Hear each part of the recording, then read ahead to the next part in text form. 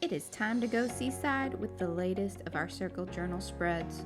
Water was the theme, and we knew that meant using our Cloudy Seaside printables with a mix of, well, mixed media. Welcome to PM Artist Studio. I am Mariah, the M in PM. If you are new to our channel, please like, subscribe, and ring that bell. Now, let's get started.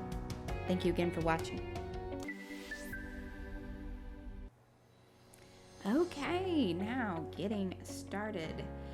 On this particular spread, it was a little bit different as far as we are going to use quite a bit of printed papers. Now, just as a reminder, and for those of you that might be new to our channel, we create these printables. So when I say printables, this is all from original art, usually starting out with stamps or sketches. So what we see here are the nautiluses were stamps, the clamshells, the starfish, and then the waves were actually created by just sketching out those and then doing a lot of work in Photoshop to create the different levels. And also to change up colors. So a lot of times we will repeat these patterns throughout other paper sets. So links are below if you're interested in checking those out. And here what you'll see is another piece printed from the printables on some metallic, I think it's from the Curious line. I can't remember exactly, but I have tons of this paper from way back when. But it's really great stuff. It's heavy cardstock and it's shiny and it's so awesome and can be printed with an inkjet printer. Not all metallic papers can, or they don't always perform that well. Just FYI on that. One of the other things is that they emboss beautifully, as you can see there. And I had a little note I had started to write on this, so I don't throw much away, and so you see me just figuring out how to cover up that back side. And again, using more of the printables from the Cloudy Seaside set. There are actually two of those available. We have like a little small journal, and I've been posting some of the shorts that we made from that particular little floor set, and then there are the larger full sheets, which actually come in both sets, if you're interested in checking those out. So I love the distress sprays, and that particular one was the picket fence, and I use it probably the most often. It's just a great thing to have on hand when you want to add that sort of spray effect to something, along with sort of washing it out as like a picket fence would be. But it doesn't do it to a degree where it like totally covers everything up. It's some pretty cool stuff. And on the card, I wanted the silver to show through on the other side. So you saw me, I purposefully tore that edge and then I glued it up in the other corner. Again, didn't want to waste anything. So this chocolate marker is one of the like chalk markers, so it does rub off. That being said, usually I'll come along on the glued end and it seems to work quite nicely. It sort of seals it in, or if you want to use it like I am right there and then you use other things on top of it and seal it in, it's perfectly fine. And I love how you can kind of blend it like you would with chalk. The other product you saw me using there was a glitter ink. It comes in a lot of different brands. Can't remember exactly which one that one is, but it was the blue and it is very shimmery and lovely. Now I'm just going back in with the little felty thing that I used to dab off the edges and then bringing around onto the front, almost kind of distressing it in a way. I mean, I know it was the blue, but same technique, as many of you probably know. Now, I have been using this yarn in quite a few projects lately. I just love and adore it. It's such a cool ombre style dye on it. And so I decided to bring some of that into the tag piece that is what the little panel that I was creating is going to become. There's sort of this floating little area to either journal on or create more, like you can make it into a pocket. But that is up to the recipient what she would like to do with it. But I also wanted it, because it's floating, it's water, wanted it to actually float. And what better way to do that than using magnets? One of my new and most favorite things to do with the washers is create that little sort of medallion that can be flipped around and used in different ways. And then what started out to be sort of a mistake, because I wanted to actually punch a hole through the card, but I totally just kind of spaced out on that. And I'm kind of glad that I did, so you'll see me here in a second fix that. But I thought it was pretty nifty, like that whole idea of it dangling and maybe like seaweed or, you know, even tentacles. But it was definitely very water-like, and just those loops at the top, like a little bubbly hook. So that's where I figured out, I was like, oh, I should have looped it through and then made a hole, but like I said, I'm kind of happy that I didn't. So all I did was go in with another one of our lovely little washer pieces. And you'll see me do that here in a second, but also deciding that the full card was a bit much for the area. And I've done this before with this particular, when I emboss, using this embossing folder, I cut along those lines, and because I love it. I love the flow of that line that the embossing folder creates. And it goes so well with our one paper there in the background. You can see like the nautilus is flowing up into it, and that kind of stringy, almost kelp, like, I think it's kelp. Is that right? Need to touch up on my octonaut knowledge. Anyway. The seaweed. There we go. That's what I was thinking. Kind of that seaweedy feel. Or the ocean waves. But all of it very flowy, watery. And that is what this theme was all about. And now you can see the little tag dangle, leaving the other side all the way, so by not punching that hole, the whole other side of the card was usable. And I'll be doing some more work to that card here in a bit, because everything was feeling really blue. I needed to bring that warm sand feel, and that was also very important, like when we were creating that printable set, that there's always some kind of either complementary or it's almost that yin and yang type situation where I don't want a full set to be, well, and he won't allow it anyway. I have actually tried. Make them monochromatic or duotone. But you need something to balance it all out or have that complement to it. And that's where the sand and warm tones need to be brought in. And it really is true, because otherwise it is still quite lovely with the blues and the grays and all of that whole Cloudy Seaside thought, but warming it up isn't a bad idea either. Now, I didn't put this in the very beginning of the video, but I have all of these old paper sample books, and there's some cool stuff written in them, and they're great for doing those blackout poems. So I went ahead and did that on this particular one as well, and then used an embossing folder to add texture. And then it was kind of cool because I could just clip it behind the little magnetic card area. And then I wrote Seaside on there. Those were some other pieces that I had created with that same embossing folder, the swirly whirly kind of thing, go-ish. I use it all the time. We kind of have like our top 5 embossing folders. You'll see those textures all the time. They're really great. And it's a wonderful way to add texture to different elements, whether it's a tag or even background pieces. And of course, you see the one little piece off to the side, that was one that I cut from the side of the big tag there. And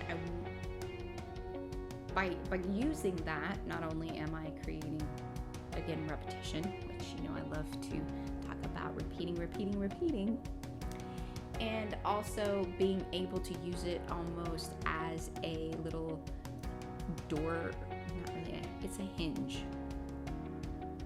And that's what I'm going to be doing here in just a second, bringing in a little colored pencil to add depth to those torn edges.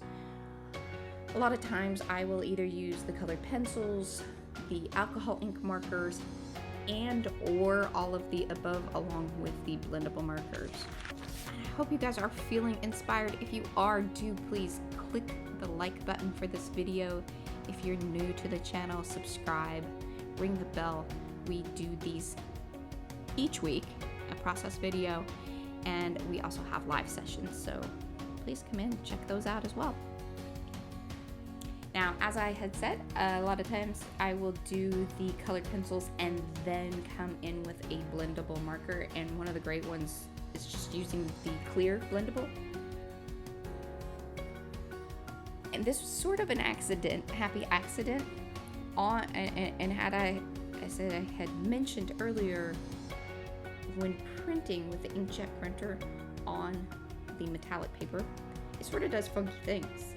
And the blendable markers actually reactivate the ink. And so that's what I was doing there. I was like, man, that is actually a really nifty little way to kind of pump up the blue and add just another bit of depth to those tags, or to that tag area. Now I'm going to create another movable. I love it when a spread is, you can interact with it, not only just by like writing on it or just looking at it, but also actually moving things around. And if that is a flip panel or a tag that can be moved around, that's why I love the magnets and being able to pull something from one area to another. And with this being a water theme, that movement was very necessary to me. I wanted there to be truly a motion of flow. Things kind of like little crashing waves, or that subtle movement of like a wave.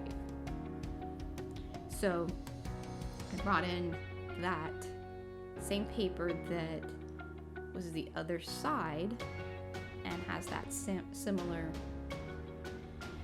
wave pattern to the one this is going in front of, using some tulle-like ribbon or chiffon. I'm not really sure. It's the see-through-y stuff. That's what's going on there. Because I again thought it was really nifty that, and here's the thing, you can't really, there's not a lot of it that you see. So I probably could have used something, you know, much easier to use than the ribbon that I had chose there. But it was sort of important to me that it was that same kind of see-through-y, flowy water stuff. It was actually pretty easy to glue because the glue goes right through it, but it was a little tricky to maneuver into place kind of once it was there. And the palette knife worked quite well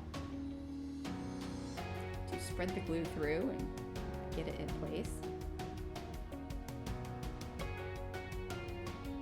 And it was pretty interesting. It kind of darkened up the color there too. I think maybe partially was the paper ink coming through because, again, the glue reactivates the ink. So that might have been it too. And I tried to copy a little bit of that same movement from the little piece up front to the ribbon hinge.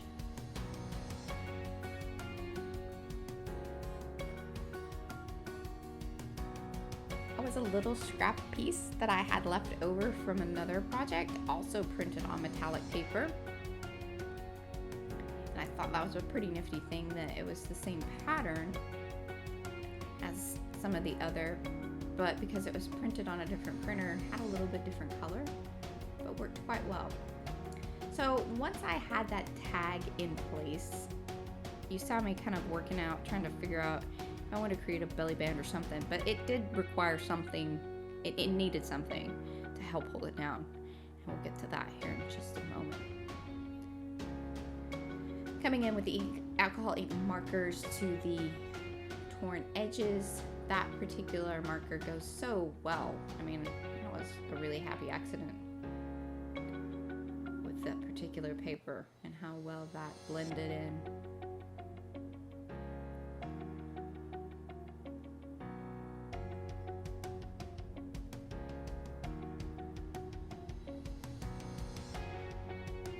Now, I could have left the back side of the little panel piece white to perhaps even write on, but I couldn't do it.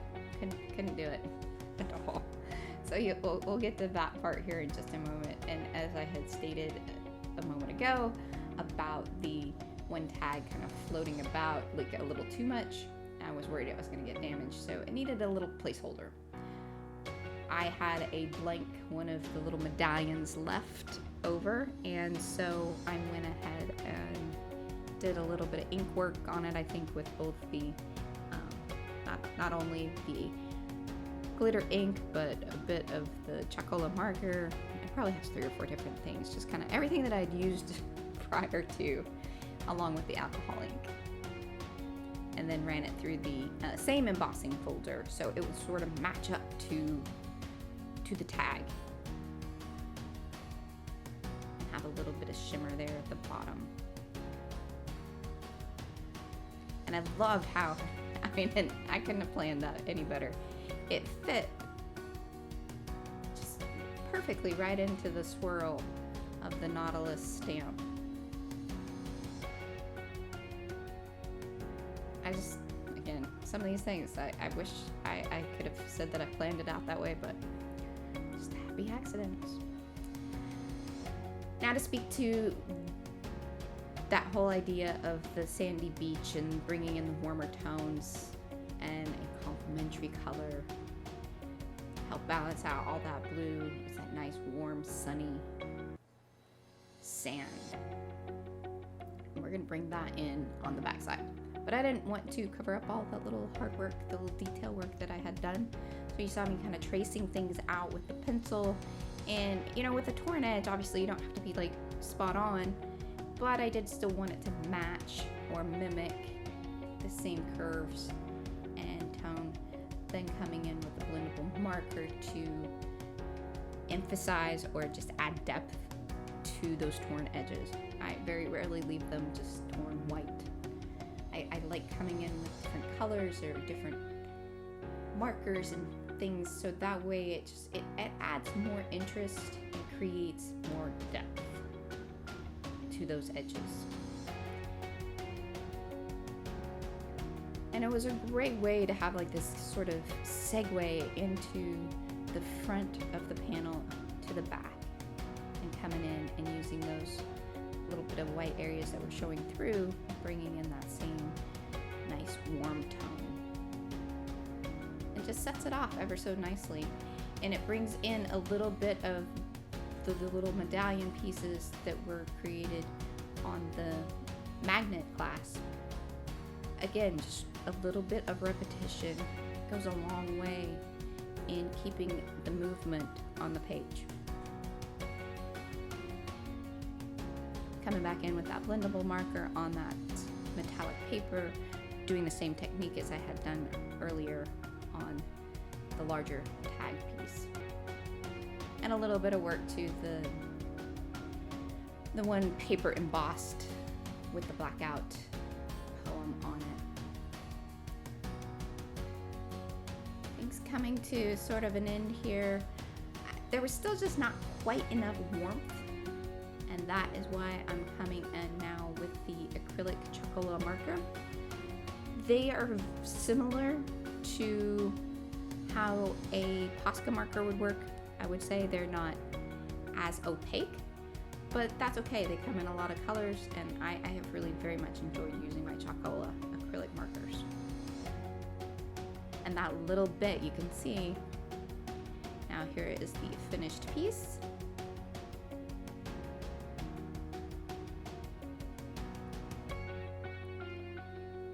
A little extra that I threw in, and that finished tag, the magnet, little claspy piece, and swirly nautilus at the bottom.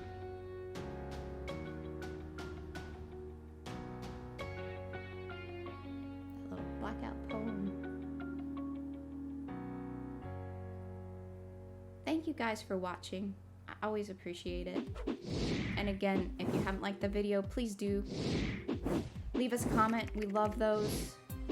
Ask questions. Be sure to subscribe to the channel. Ring the bell. Thank you. Bye.